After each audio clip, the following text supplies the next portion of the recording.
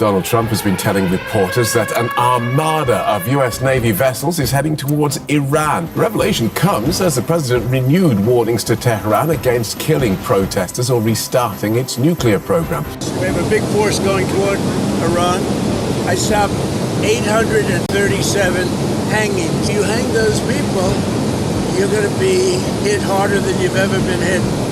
It'll make what we did to your Iran nuclear look like peanuts. Tonight, a single movement at sea has captured the attention of military planners across the globe. One of America's most powerful warships is repositioning, and for several hours, it effectively disappeared from public tracking systems. In a region already tense, that kind of silence speaks loudly. The Abraham Lincoln is now moving west, and for several hours, it appeared to vanish from public tracking systems. According to open-source maritime monitoring platforms, the nuclear-powered aircraft carrier disabled its transponder signal while transiting toward the Middle East. In naval operations, that move is not accidental. When a 100,000-ton supercarrier carrying nearly 90 combat aircraft goes dark, it signals operational security at the highest level. This development comes amid escalating tensions with Iran. The Pentagon recently ordered the Abraham Lincoln Carrier Strike Group to reposition from the Indo-Pacific toward U.S. Central Command's area of responsibility. Satellite imagery captured the carrier, making a decisive westward turn in mid-January. Since then, it has been steadily advancing toward the Arabian Sea. The strike group includes the flagship carrier CVN-72, accompanied by multiple Arleigh Burke-class guided missile destroyers. These warships are equipped with the Aegis combat system, capable of intercepting ballistic missiles and launching long-range Tomahawk cruise strikes. A nuclear-powered attack submarine is also believed to be operating in coordination, though its identity remains classified, as is standard protocol. On deck, Carrier Air Wing 9 brings significant firepower. F-35C stealth fighters, FA-18 Super Hornets, E-18G Growlers for electronic warfare, E-2D Hawkeye Airborne Command aircraft, and support helicopters form a layered offensive and defensive capability package. This is not a symbolic deployment. It is a full-spectrum strike formation. Open-source tracking estimates place the carrier within days of entering the broader Gulf operational zone. Timing matters. The arrival window aligns with increased U.S. Air Force movements across the region. Over the past 48 hours, F-15E Strike Eagles from RAF Lakenheath have landed in Jordan, supported by KC-135 aerial refueling aircraft.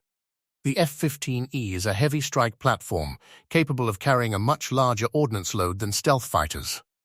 These aircraft were actively involved in intercepting Iranian cruise missiles during last year's conflict.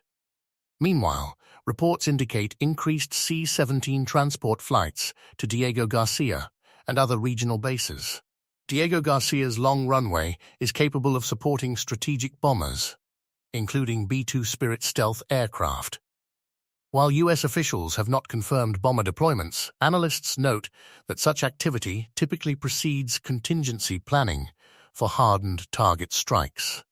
The military architecture assembling across the region is layered, carrier-based air power, land-based heavy strike fighters, potential bomber coverage, missile defense reinforcement, and expanded command coordination with regional allies. Separately, there are indications that a second aircraft carrier group, potentially the George H.W. Bush, is preparing for possible redeployment. If two carrier strike groups converge in the Gulf, U.S. airpower capacity would effectively double. Dual carrier operations enable sustained sortie generation, broader air superiority coverage, and redundancy in missile defense. At the same time, defensive preparations are accelerating. Patriot and THAAD missile defense systems have reportedly been reinforced across Gulf states. Non-essential personnel have been relocated from key bases. Joint command centers between U.S. forces and regional partners have expanded operational readiness. From Iran's perspective, the situation is increasingly complex. Tehran maintains one of the largest ballistic missile arsenals in the Middle East. During last year's 12-day conflict, hundreds of missiles were launched in coordinated salvos. While many were intercepted, saturation remains a core component of Iranian strategy. Iranian leadership has warned that any strike would result in retaliation against U.S. bases in the Gulf and potentially energy infrastructure across the region. Approximately 20% of global oil transits the Strait of Hormuz daily. Any disruption would have immediate global economic consequences. Regional governments are publicly urging restraint. Russia and China have criticized the escalation at the United Nations. Energy markets are already reacting to perceived risk.